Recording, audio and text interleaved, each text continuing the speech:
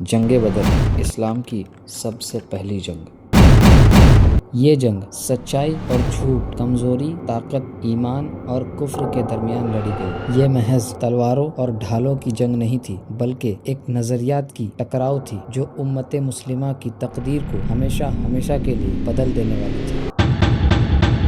قریش، جو مکہ کا ایک طاقتور قبیلہ تھا، اسلام کے پیغام کو رد کر چکا تھا اور کئی سالوں کی تکلیفوں کے بعد اس نے اپنے لشکر کو مسلمانوں کے خلاف صف آرا کرنے کے لیے جمع کیا تھا، لیکن مسلمان جن کی قیادت پیغمبر محمد صلی اللہ تعالیٰ علیہ وسلم کر رہے تھے، ان سے مقابلہ کرنے کے لیے تیار تھے۔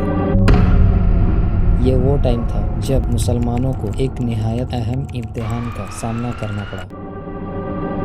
قریش نے 1000 سے زائد سپاہیوں کا لشکر تیار کیا تھا، جبکہ مسلمانوں کی تعداد صرف 313 تھی۔ حالات ان کے خلاف تھے، لیکن پیغمبر محمد صلی اللہ تعالیٰ علیہ وسلم جانتے تھے کہ یہ جنگ صرف تعداد کی نہیں ہے، یہ ایمان، حوصلے اور اللہ پر بھروسے کا امتحان تھا۔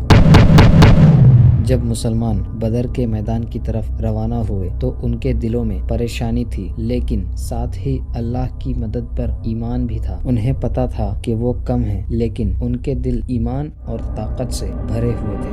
جنگ کا آغاز بے انتہا شدت کے ساتھ ہوا۔ قریش پورے اعتماد کے ساتھ آئے تھے، یہ سمجھتے ہوئے کہ فتح ان کی ہوگی، مگر مسلمان غیر معمولی حوصلے سے لڑے۔ جیسے جیسے جنگ بڑھتی گئی، اللہ کی طرف سے فرشتوں کی مدد سے مسلمان کامیاب ہوتے گئے۔ باوجود اس کے کہ وہ کم تعداد میں تھے، وہ فتح یاب ہوئے، قریش کو شکست ہوئی اور ان کے کئی بڑے رہنما، جن میں ابو جہل بھی شامل تھا، مارے گئے۔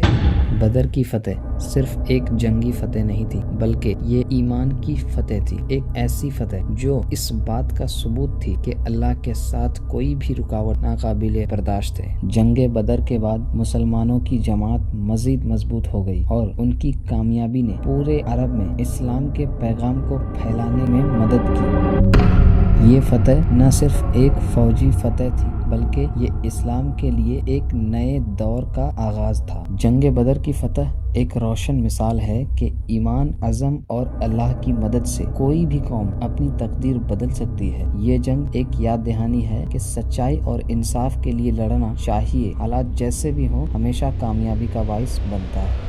ملتے ہیں اگلی ویڈیو میں۔ السلام علیکم۔